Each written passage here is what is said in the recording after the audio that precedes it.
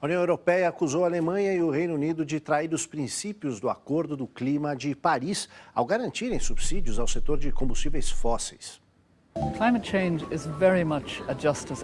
O alerta veio de Mary Robinson, ex-presidente da Irlanda e representante especial da ONU para assuntos de alterações climáticas. L'accord de Paris pour le climat est accepté.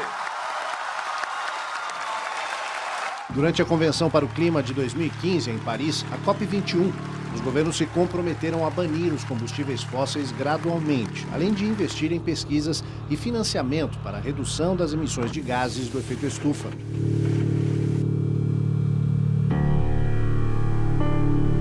Apesar do compromisso, o governo britânico aprovou novos incentivos fiscais para petróleo e gás. Isso vai custar bilhões aos contribuintes do Reino Unido até 2020.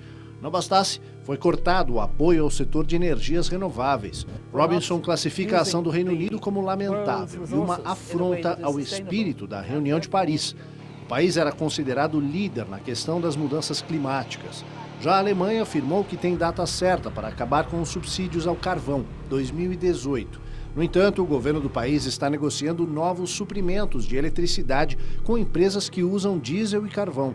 A enviada especial pediu à Alemanha que faça um compromisso real para abandonar de vez os combustíveis fósseis como fontes energéticas e ressaltou que todos os países devem se unir num esforço conjunto pelo clima. Os maiores poluidores do mundo são China, Estados Unidos e Rússia.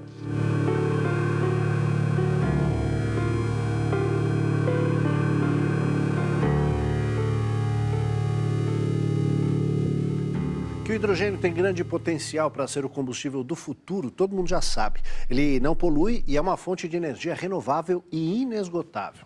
O problema está no custo de produção, mas uma empresa australiana acredita ter encontrado a fórmula perfeita.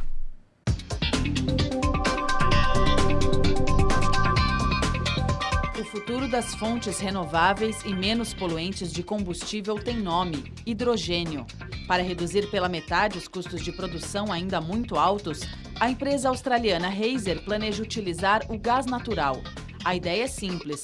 Ao passar por um catalisador feito à base de minério de ferro, o metano existente no gás se divide em hidrogênio e carbono. O hidrogênio é armazenado para uso como combustível, mas as emissões de dióxido de carbono são capturadas na forma de grafite sólido de alta qualidade, que pode ser vendido para compensar os custos de produção.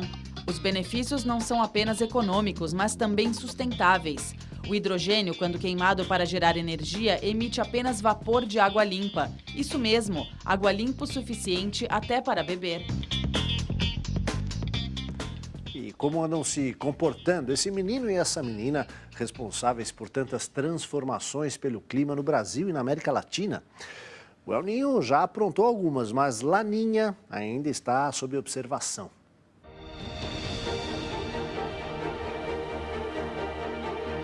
Ele pode ser uma bênção quando traz chuvas na hora certa, ajudando a garantir o nível das represas, mas também pode exagerar, provocando inundações.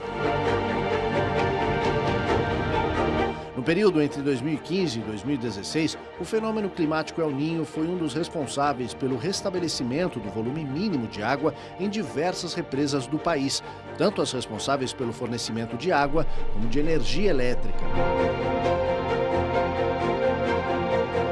Caracterizado pelo aumento da temperatura nas águas do Pacífico, o El Niño pode ser o portador de boas notícias. Águas quentes no oceano significam maior evaporação e, portanto, mais chuvas.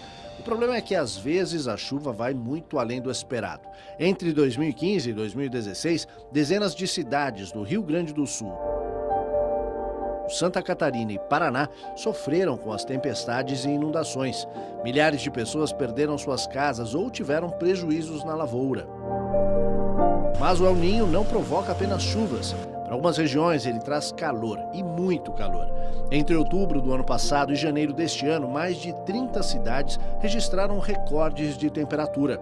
Rio de Janeiro e Belo Horizonte, por exemplo, tiveram as maiores médias em mais de 100 anos. Para a região Nordeste, o resultado é o agravamento da seca. Já o fenômeno Laninha significa o oposto. Ou seja, quando as águas do Pacífico ficam a temperaturas médias abaixo do normal. Isso provoca menor evaporação e mudanças no regime de chuvas. Para os próximos meses, o mais provável é que Laninha tenha um comportamento moderado, ou seja, não deve provocar grandes alterações no volume de chuvas no Brasil, o que é uma boa notícia para os agricultores que contam com isso na época certa para iniciar o plantio. Em diferentes frentes, o Brasil tem um potencial de reduzir emissões com benefícios para a sua economia e para a sua população. Eliminar o desmatamento é urgente, a gente tem que começar a falar sério sobre desmatamento zero, como a gente acaba com o desmatamento ilegal de imediato. A meta do Brasil no ano passado era de eliminar o desmatamento ilegal só na Amazônia e só em 2030. Muito pouco e muito tarde, conviver com o crime ambiental por mais 15 anos é inaceitável. E a gente deve começar a falar sobre como manter a floresta que poderia ser legalmente cortada através de mecanismos inteligentes, como pagar pelo benefício daquela floresta em pé para, por exemplo, a produção de água. A gente precisa restaurar florestas. O Brasil perdeu muitas florestas. Por exemplo, estamos aqui em São Paulo. São Paulo é muito vulnerável no cenário de longo prazo ao aquecimento global em termos da sua segurança hídrica. A crise do ano passado, embora aparentemente melhor este ano do que em 2015, não está resolvida. A gente precisa, então, reverter processos e restaurar florestas. A gente precisa massificar o crédito agrícola para a agricultura e pecuária de baixo carbono, que são baseadas numa produção mais eficiente, que melhora a renda do produtor e, ao mesmo tempo, reduz emissões. E a gente investe hoje entre 1% e 2% de todo o crédito agrícola anual na agricultura e pecuária de baixo carbono. E a gente precisa reverter uma tendência que vem acontecendo nos últimos anos de forma muito forte, que é de aumento dos investimentos em energia de fontes fósseis, em especial no petróleo e gás natural do pré-sal.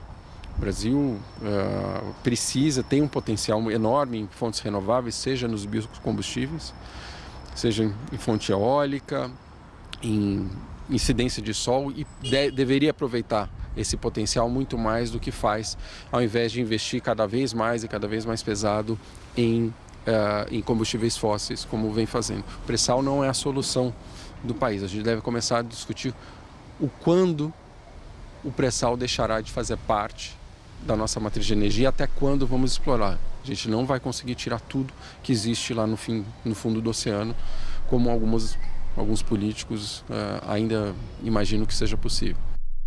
Se não é possível controlar o clima na Terra, o que será que pode ser feito para combater os efeitos do aquecimento global? Vamos tentar explicar isso em detalhes.